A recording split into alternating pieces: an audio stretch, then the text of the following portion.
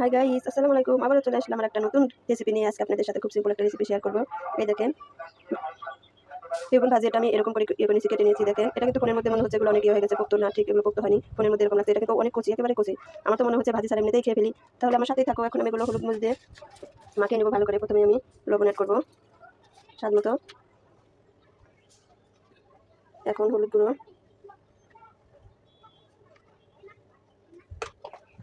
এখন অ্যাড করবো আমি মরিচ গুঁড়ো। সুন্দর করে এখন এগুলো আমি মেখে নেবো একটা একটা করে।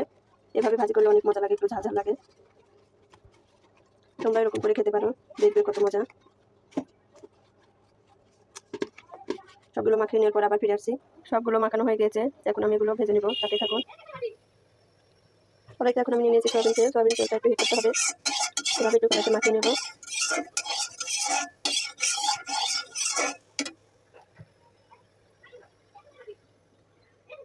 আস্তে আস্তে জাল দিয়ে ভাজতে হবে, না হলে উড়ে গেলে ভালো লাগবে না খেতে। দেখেন, আমি একটা একটা করে পিস করে দিব।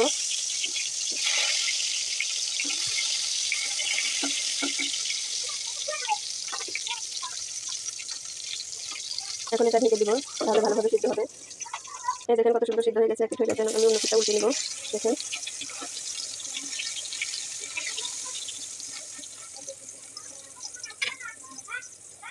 এখন এটাকেও ঢেকে দিতে হবে সুন্দর করে। ঢেকে একটু রেখে দিব। আবার খেয়াল করবেন, একটু পর উঠে দেখবেন, দেখেন আবার পুড়ে যেন না যায়। এই দেখেন কত সুন্দর হয়ে গেছে, দেখতে পাচ্ছেন। এখন আমি উঠিয়ে নেব।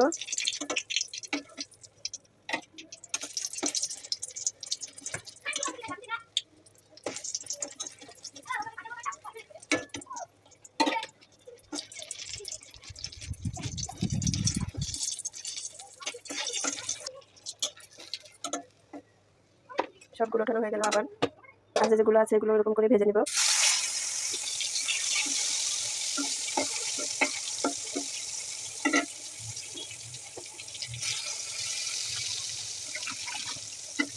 এখন ঢেকে দিব।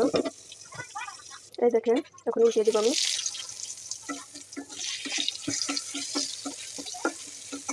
উঠিয়ে দিলাম।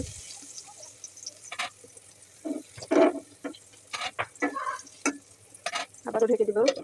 এভাবে উল্টে পাল্টে ভেজে নিতে হবে। এই দেখেন, এগুলো হয়ে গেছে, এগুলো উঠিয়ে নিব। সব একই সিস্টেমে ভাজতে হবে।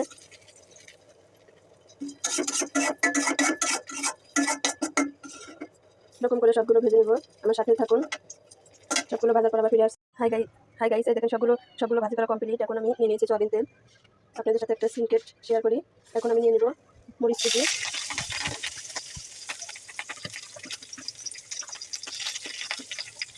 মরিচটা একটু ভেজে নেব। আর এখন এক কুচি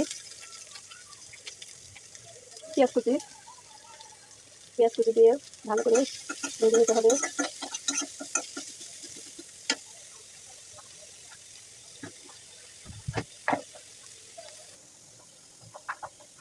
কেউ কেউ আছে এই বেগুন ভাজিটা এমনি খেয়ে ফেলেন, কিন্তু আমি এমনিতেই খাই না, বেশি একটা ভালো লাগে না। এরকম সাথে সাথে একটু পেঁয়াজ মরিচ ভাজি হলে অনেকটাই মজা লাগে, স্পাইসি লাগে। তার জন্য আমি সাথেগুলো যেদিন বেগুন ভাজি সাথেগুলো ভাজবই। এখন এটার সাথে আমি সামান্য হলুদ গুঁড়ো, মরিচ গুঁড়ো আর লবণ অ্যাড করে নিব। লবণ, এখন হলুদ গুঁড়ো আর সামান্য পরিমাণ মরিচ গুঁড়ো নিয়ে নিব। একটু মরিচ গুঁড়ো নিয়ে নিলাম, তাহলে কালারটা সুন্দর লাগবে, খেতে অনেক ভালো লাগে। এরকম করে সারাদিন এরকম করে এখনো খাননি, আজকে আপনারা এরকম করে খাবেন, দেখবেন কি মজা। এই স্বাদ আর কখনো বলতে পারবেন না। বেগুন ভাজির সাথে এগুলো ছাড়া খেতে পারবেন না। বেগুন ভাজি করলে এগুলো ভাজবেন, আমি জানি। শুধু একবার চেষ্টা করবেন। একটু লাল লাল করে ভেজে নিব। এই দেখেন, হয়ে গেছে ভাজিটা কমপ্লিট। এখন আমি এগুলো উঠিয়ে নিব। দেখেন কত ইয়াম্মি লাগছে। দেখেন, এভাবে আপনারাও খাবেন, দেখবেন অনেক মজা। আর যদি না খেতে চান তাহলে চলে আসেন মমতাজ আপুর এখানে, অবশ্যই আপনাদের আমি খাওয়াবো।